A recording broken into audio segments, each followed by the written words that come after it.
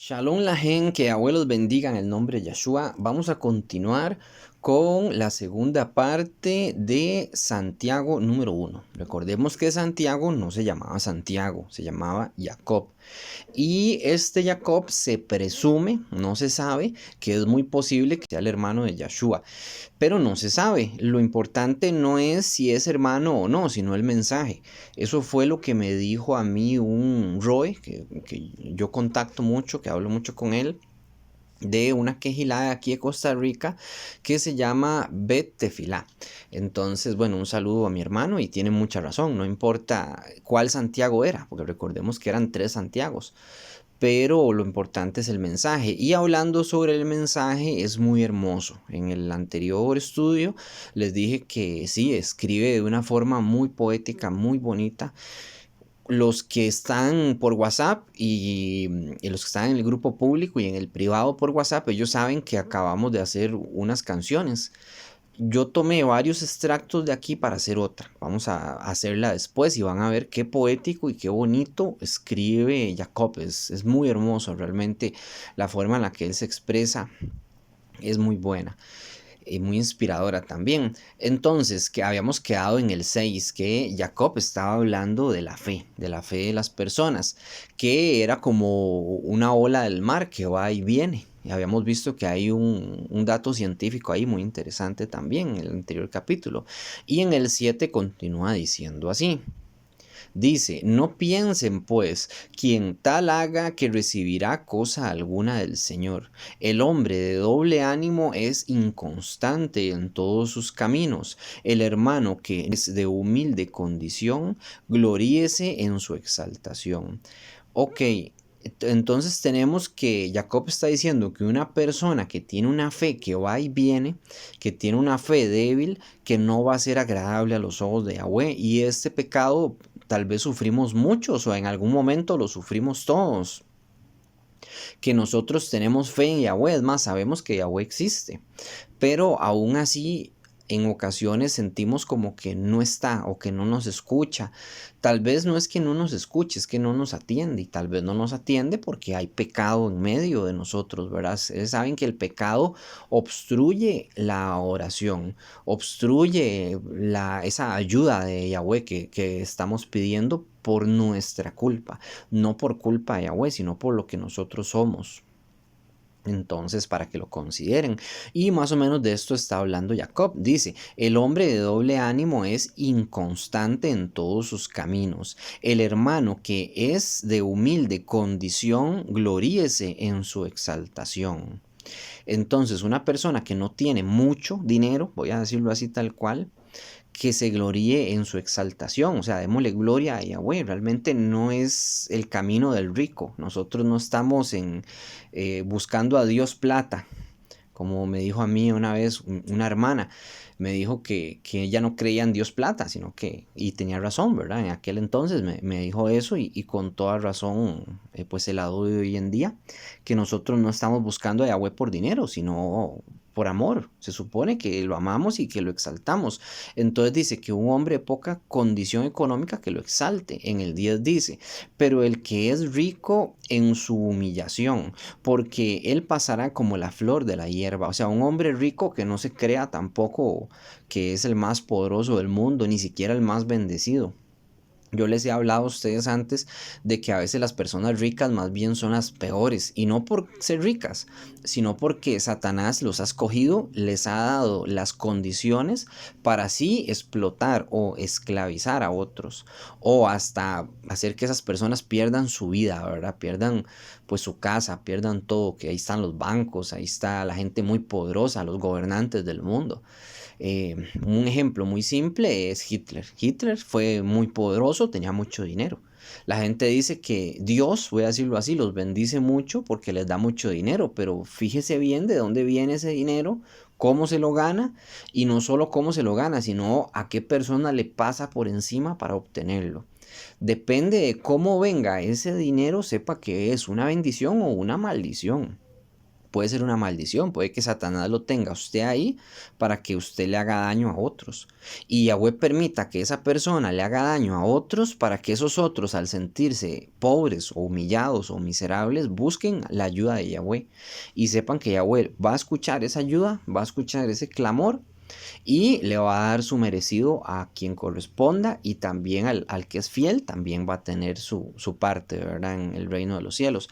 Entonces, algo así está hablando Jacob, dice, pero el que es rico en su humillación, porque él pasará como la flor de la hierba, ¿sí? No es inmortal, va a morir igual que una flor. Una flor es muy hermosa, pero es hierba y tarde o temprano muere y desaparece. Entonces el que tiene mucho no se crea que es inmortal. En el 11 dice así: porque cuando sale el sol con calor abrasador, la hierba se seca, su flor se cae y perece su hermosa apariencia.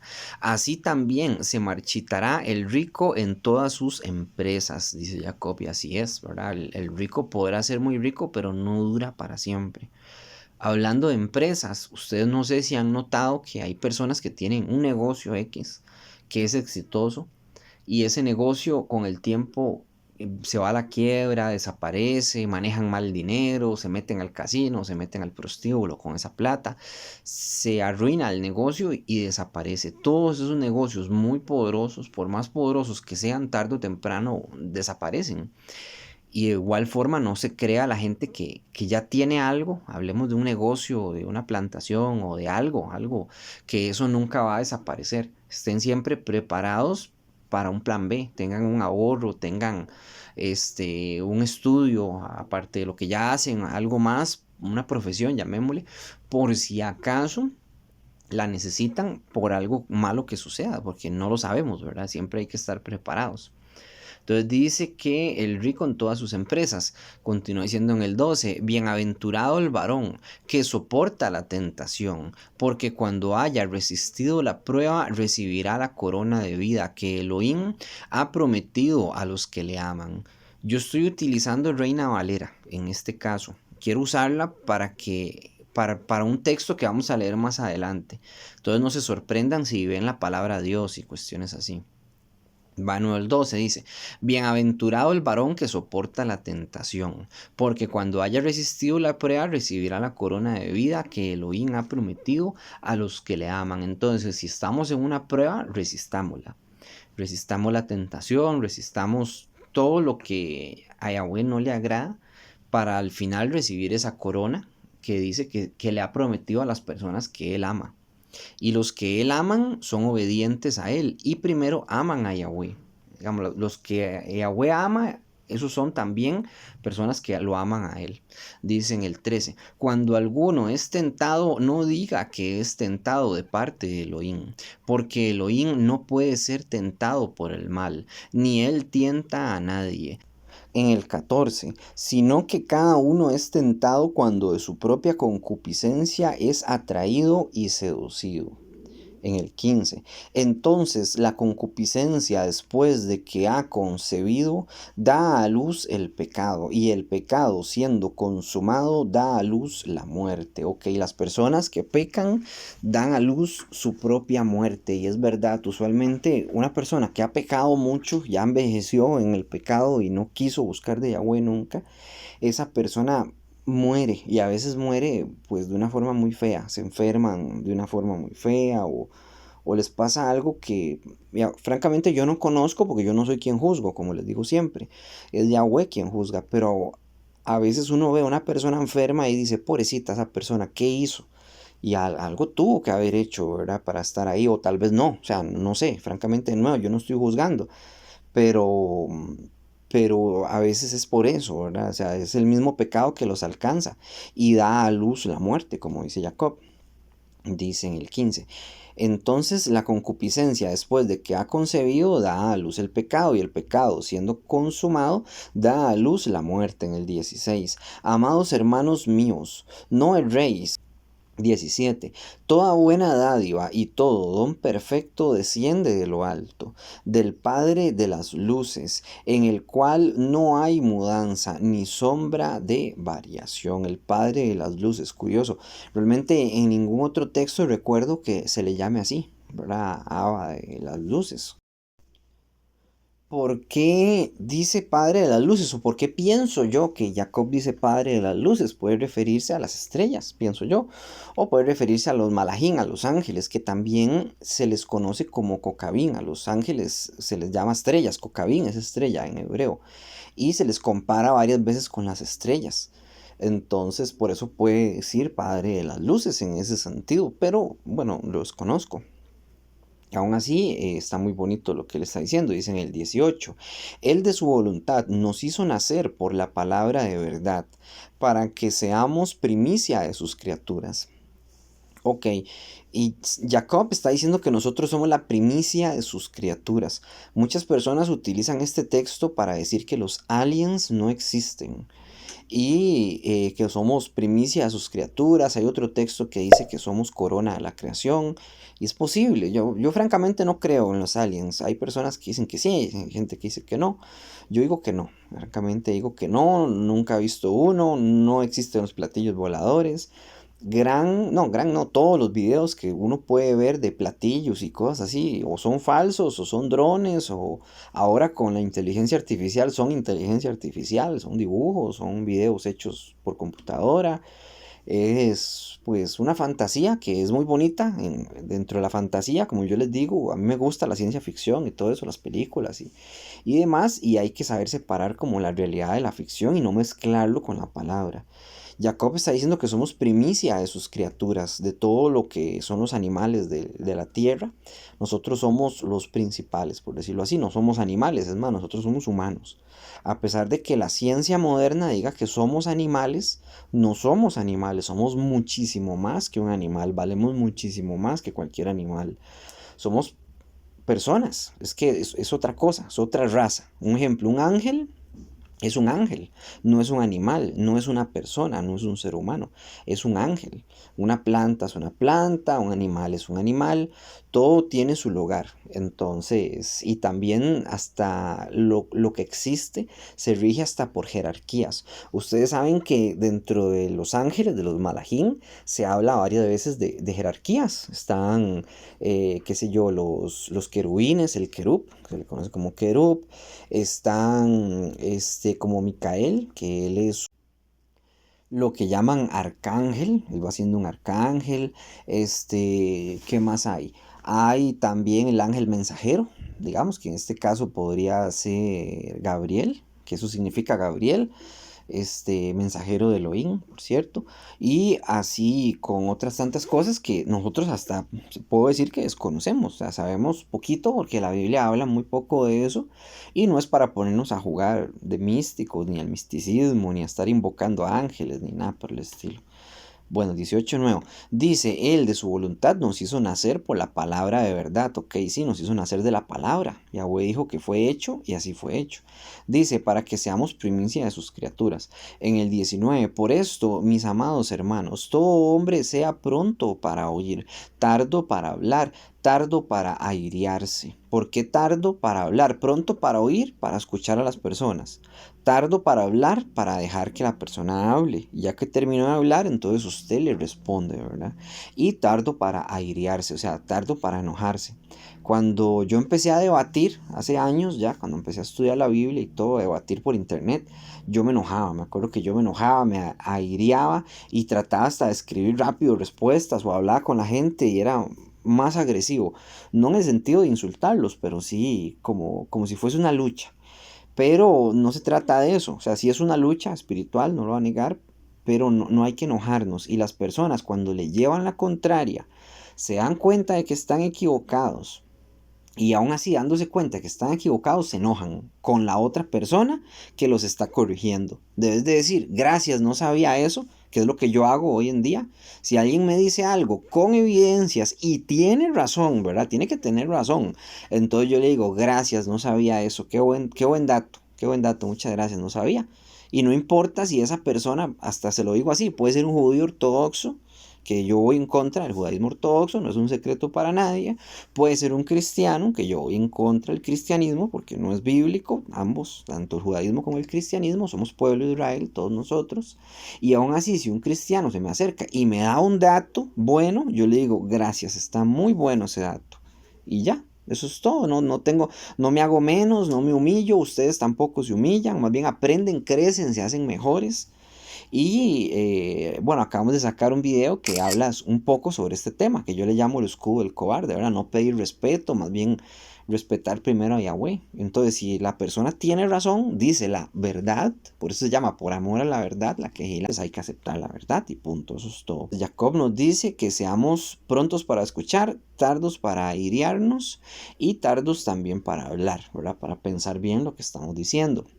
Dice en el 20, porque la ira del hombre no obra la justicia de Elohim, por lo cual, desechando toda inmundicia y abundancia de malicia, recibid con mansedumbre la palabra implantada, la cual puede salvar vuestras almas. Ok, Jacob está hablando de la palabra. La palabra dentro de las escrituras siempre es la Torah. Cuando alguien diga el evangelio, es la Torah. Cuando alguien diga la palabra, es la palabra de Yahweh. Y Yahweh dio la Torah, entonces es la Torah. La palabra de Yahweh es la Torah. Y va a haber tal vez alguien aquí, digamos que no creo, ¿verdad? Pero digamos que hay algún cristiano escuchando esto y va a decir, no, es que la ley se abolió. La ley, la Torah. Y la palabra se refiere a otra cosa, a cualquier invento que pueda dar. Ok, aquí Jacob lo va a confirmar. Va a confirmar que lo que yo estoy diciendo es verdad. Que la Torah primero no se abolió y que la palabra es la Torah. Porque no hay otra palabra, la palabra de Yahweh es esa, la Torah. Yahshua, por eso se le llama la Torah viviente, porque él es la palabra de Yahweh, Yahshua, es Yahweh mismo, claro está, y se hizo carne. Entonces, esa palabra se hizo carne, esa es la Torah viviente, ¿verdad? Aunque no haya ningún texto que diga que Yahshua es la Torah viviente, pero bueno, es una forma de expresión. Ahora en el 22 dice, pero sed hacedores de la palabra. ¿Cuál palabra? Ser hacedores de la palabra, o sea, hagan la palabra. ¿Cuál es la palabra? Si no es la Torah, vamos a ver qué es. Dice, y no tan solamente oidores, engañándose a vosotros mismos, porque si alguno es oidor de la palabra, pero no hacedor de ella, este es semejante al hombre que considera en un espejo su rostro natural, porque él se considera a sí mismo y se va, y luego olvida cómo era. Muy bonitas palabras, muy poético, muy hermoso, y vea que Jacob nos está diciendo, no solamente escuchen la palabra, sino que también háganla. Hay que tomar en cuenta algo muy importante. Jacob está escribiendo esta carta, pero ellos en aquel entonces no enseñaban Nuevo Testamento, voy a decirlo así, que está mal dicho, yo sé, pero voy a decirlo así. ¿Por qué? Porque el Nuevo Testamento no existía en ese entonces. Estas cartas que él escribe son consejos y son cosas o son preguntas que les están haciendo a los apóstoles. Entonces ellos están mandando una respuesta o están mandando un consejo para animar a la quejilá. En este caso, él no les está enseñando algo nuevo, les está enseñando lo mismo que ya se sabía.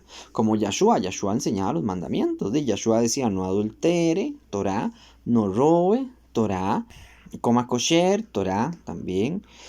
Bueno, ustedes conocen la Torah, ¿verdad? Todos los mandamientos, eso era lo que aconsejaba Yahshua.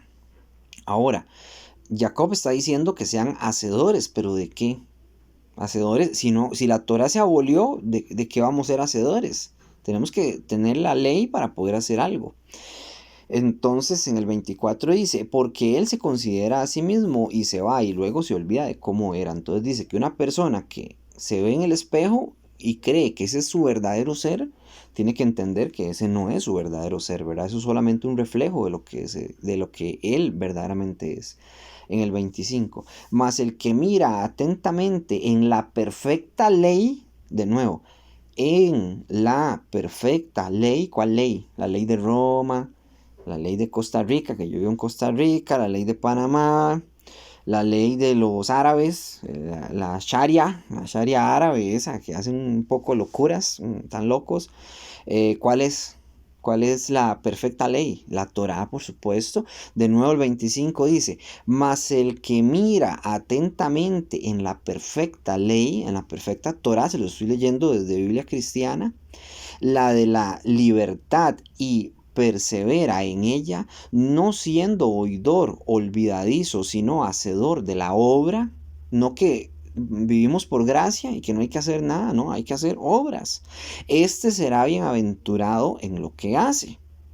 Vean qué clara es la Biblia, pero qué mal que la lee el cristianismo. Yo aquí critico más al cristianismo que el judaísmo ni siquiera acepta sus textos.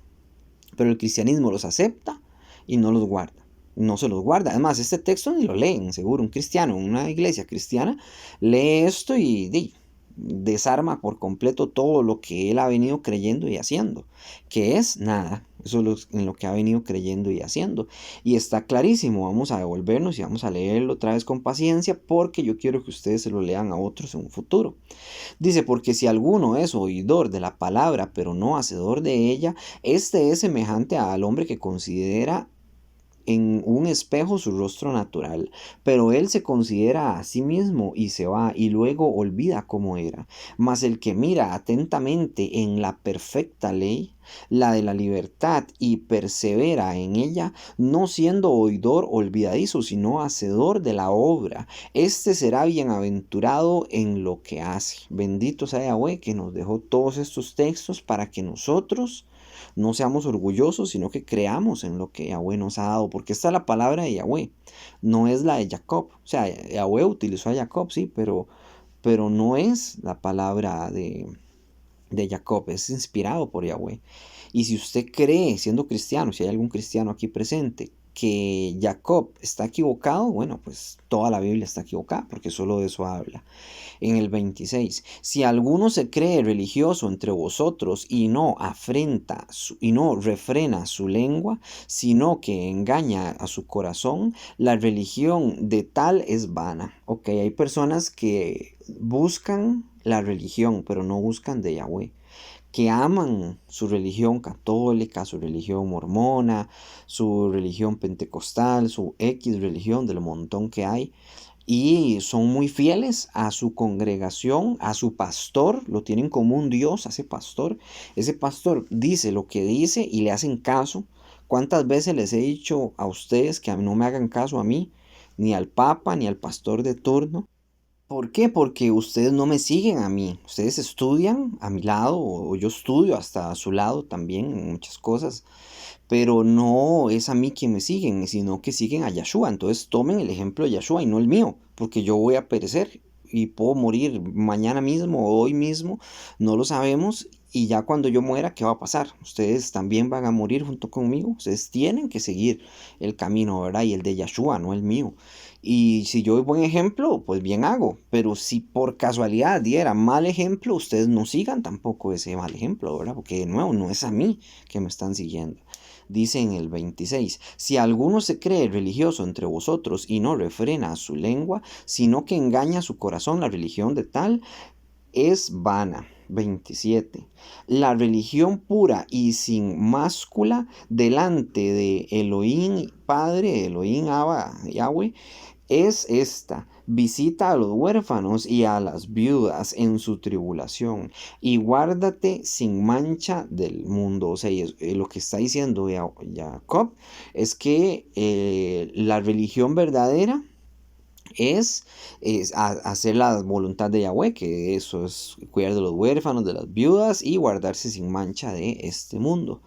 Bueno, ustedes saben que Yahweh no es religión, que las religiones en la Biblia no existen, se los he dicho muchas veces. Si uno busca la palabra en griego, porque recordemos que estos textos del Nuevo Testamento todos solamente sobrevivieron en griego, porque cuando entró Roma a destruir el templo, destruyó el templo, sí, y también todos los textos en hebreo. Los que estaban en griego no, ellos no leyeron los textos, simplemente si había algo en griego no lo destruyeron, por eso se salvaron estas cartas en griego, pero en hebreo no se salvaron. Entonces, la palabra que viene en griego se puede transliterar algo así como desrekeia y significa como observación, ceremonia, religión o culto. Se utiliza de esas maneras. Entonces, ese texto tal vez podría traducirse de una forma diferente. No diría la religión verdadera, sino diría la observación verdadera, no la religión verdadera. O el culto verdadero a Yahweh es el de cuidar de las huérfanas y los huérfanos y de las viudas, y mantenerse del mundo sin mancha. Se puede traducir tal vez mejor. ¿Por qué? Porque la religión no existe en la Biblia, es más, no existen las religiones, solo existe el pueblo de Israel. Como les digo siempre, el que no me cree, pueden leer Apocalipsis 21-22, que es la culminación del plan de Yahweh. Y con eso me despido. Que Yahweh los bendiga en el nombre de Yeshua. Shalom, Urahot, paz y bendiciones.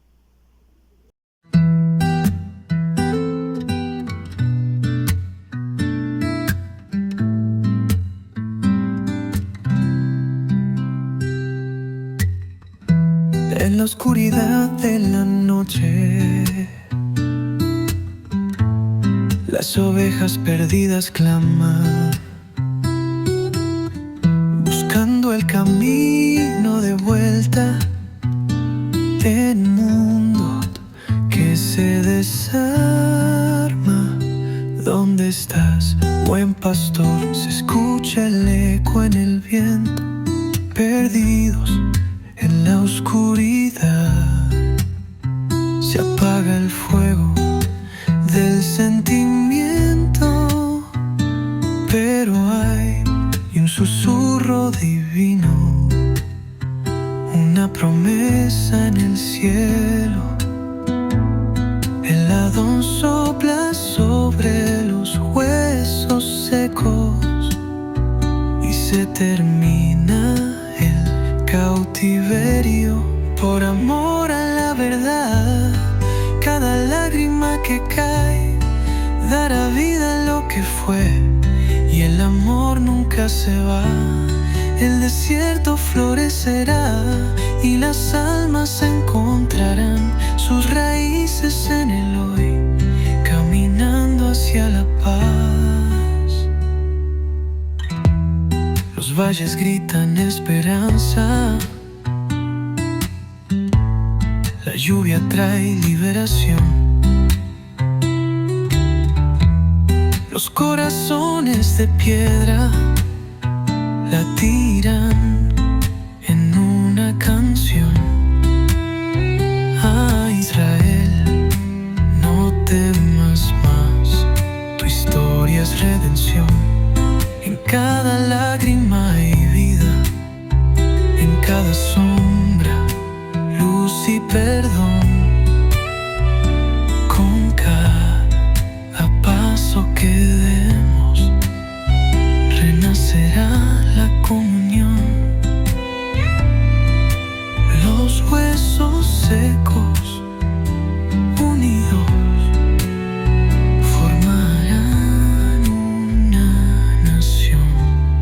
Por amor a la verdad, cada lágrima que cae dará vida a lo que fue, y el amor nunca se va. El desierto florecerá y las almas encontrarán sus raíces de tener fe, caminando hacia la paz.